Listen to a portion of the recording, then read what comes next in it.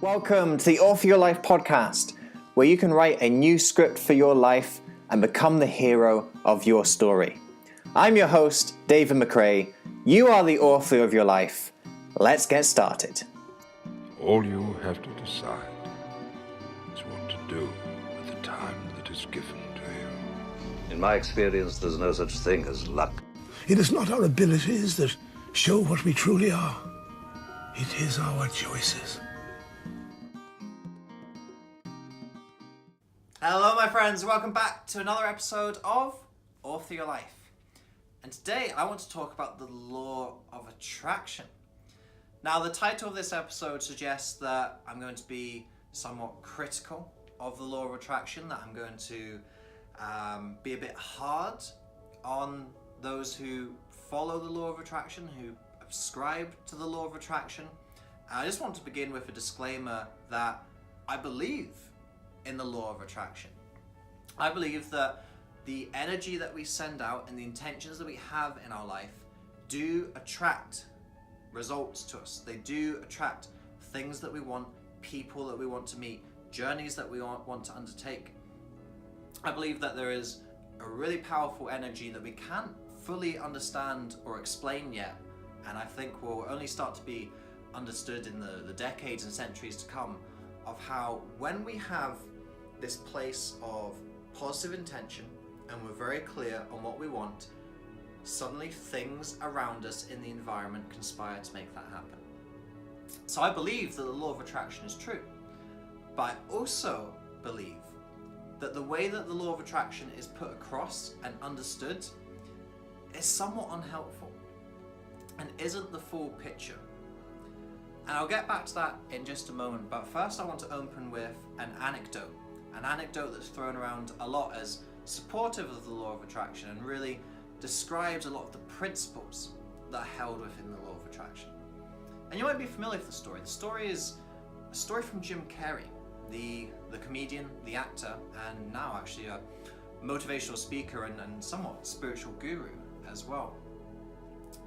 And this story comes from Jim talking about the beginning of his career and his aspirations to get into acting.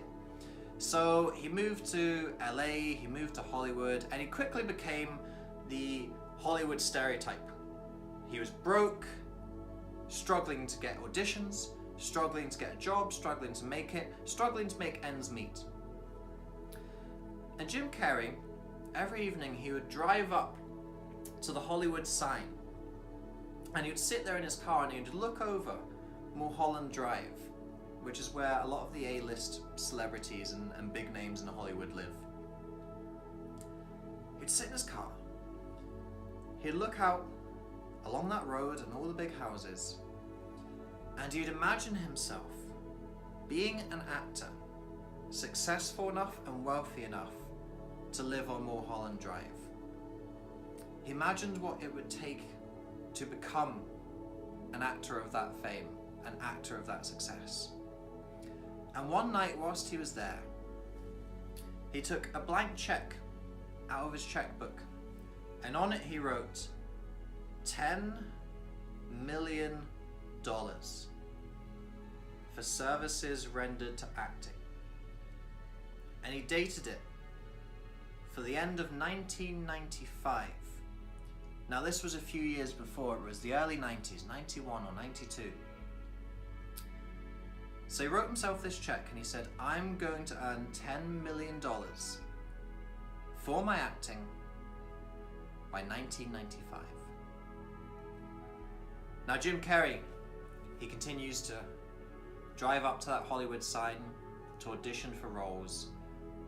And eventually along comes his big break, a role in Dumb and Dumber. And for his role in Dumb and Dumber, Jim Carrey was paid $10 million. Dumb and Dumber was released in 1994, a year before Jim Carrey had said he was going to earn that money. And this story is told so often in relation to law of attraction, of knowing what you want, having positive intentions for it, and manifesting and attracting it into your life. And this is all true. but misses out a really key part of the process that people don't fully understand, or they gloss over, or they ignore, or they simply don't want to believe as part of it. When Jim Carrey drove up there to the Hollywood signing, he wrote himself a check for $10 million. He didn't spend the next 2 years sitting on his backside doing nothing, just thinking about $10 million, $10 million, successful actor, Mulholland Drive. No, Jim Carrey was still going out there and doing the things that he needed to do. He was going out there looking for auditions, going to auditions, being turned down in auditions, practicing his acting. He was working on his craft. He was doing the things that he needed to do in order to become an actor who was worthy of $10 million. What happened when he sat there, looked over Mulholland Drive, and he said, I want to be the type of person who can live on that street? What that did was it primed his mind to start thinking about what he needed to do to become that type of person, to become a successful and wealthy actor. What were the steps that he needed to take? What were the characteristics that he needed to have? When he wrote himself that check for $10 million, he was setting himself a time frame, a deadline of, I've got to do it in this amount of time, in these years. How am I going to make that happen? What are the key steps and processes that are required to happen?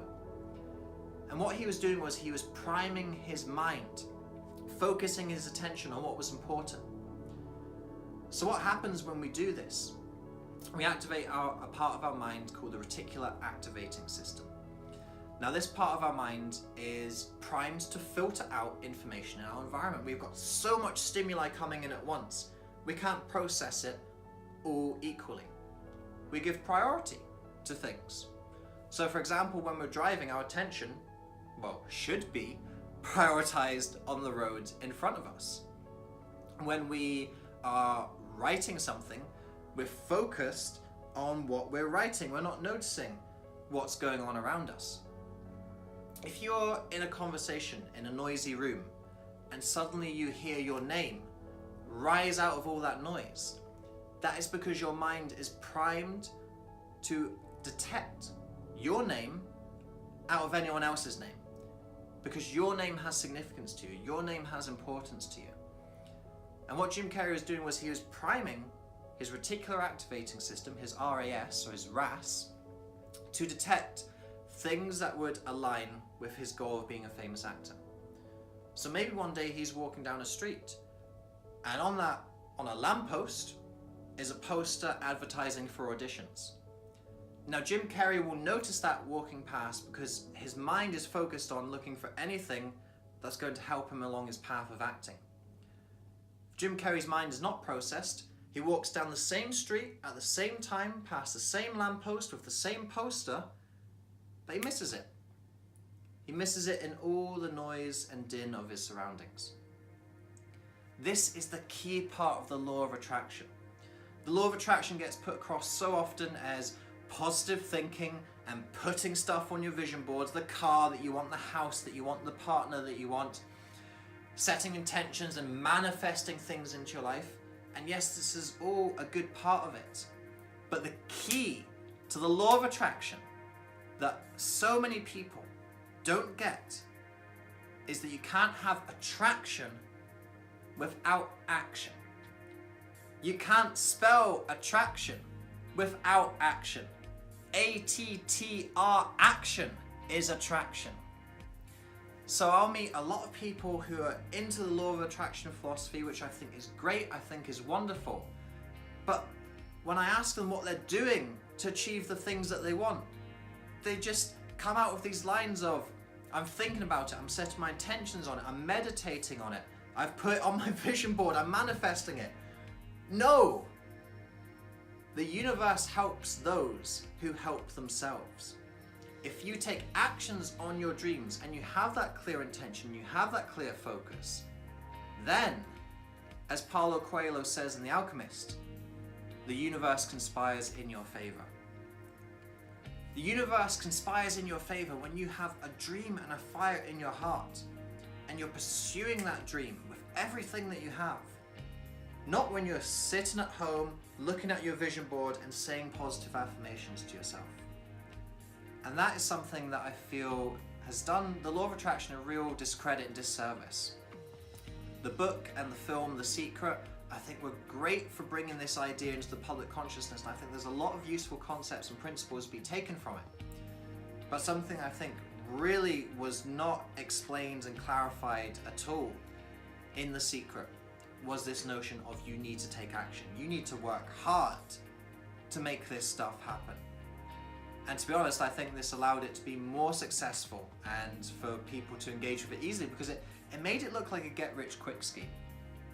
And I don't mean to be unpleasant about The Secret. As I said, there's a lot of really useful things that we can take from it, but I think the way that they set it up and marketed it was as a get-rich-quick scheme. It's personal development's get-rich-quick scheme. Anything that you want, all you have to do is say it enough times, think it enough times, and manifest it. Stick a Ferrari on your vision board and suddenly there's the Ferrari. Well, how do you earn the hundreds of thousands of pounds to get that Ferrari? Yes, you can get the Ferrari, but you've got some steps between here and then in order to get it. And this is something that I want people to understand, I think is really important. The law of attraction does have power behind it. There are underlying principles to it that I think are really important to ingrain. And as I said at the beginning of the video, ultimately, I believe that somewhere in the next few decades or even the next few centuries, however fast science gets us there, is we'll start understanding more of this force that makes the law of attraction happen, that we can't fully see and understand and appreciate at our current level of perspective and consciousness. But until we understand what that force is, that force seems to act through action. And so that's what I ask you to do. Is the things that you want, yes, affirm them to yourselves. Yes, visualize them. Yes, focus on creating and attracting and manifesting those things and send out the energy that you want to come back to you. But this is something that you need to do on an ongoing basis. You need to take action to make it happen. So folks, I hope you've enjoyed this video. I hope you aren't going to start trolling me and sending me nasty comments from the secret community in society telling me that, oh, I don't believe the law of attraction, what I'm saying is rubbish, and I imagined a Ferrari on my head and the next day I got a Ferrari. I might well get some of that, but I also want to let some of you know out there who perhaps haven't had the law of attraction fully explained to you, who perhaps haven't seen the law of attraction in any other way before, who are still exploring and experimenting with the law of attraction. This is a key principle of it. And all I want you to do is understand that, because if you understand that key principle, the principle of action as well as all the other principles, then you can create the life that you want. You can attract, you can manifest the things that you're looking for. So I look forward to sharing more with you on another video. But until then, remember that you are the author of your life. You hold the pen, and you can write whatever script you want for yourself. So go out today and write yourself a beautiful story. I'll speak to you soon. David. Thank you so much for listening to this episode. If you enjoyed this episode, I would appreciate it hugely if you could head over to iTunes and leave a rating and review for the podcast. With your review, please be as honest and detailed as you can be, because with honest and detailed feedback, that helps me to adapt and grow this podcast to most serve you, the listener. Also, if you enjoyed this episode, then make sure you subscribe to the podcast. That way you aren't going to miss any of the future episodes that we've got lined up for you. Until next time, remember that you are the author of your life. You hold the pen, and you can write whatever script you want for yourself. So go out today and write yourself a beautiful story.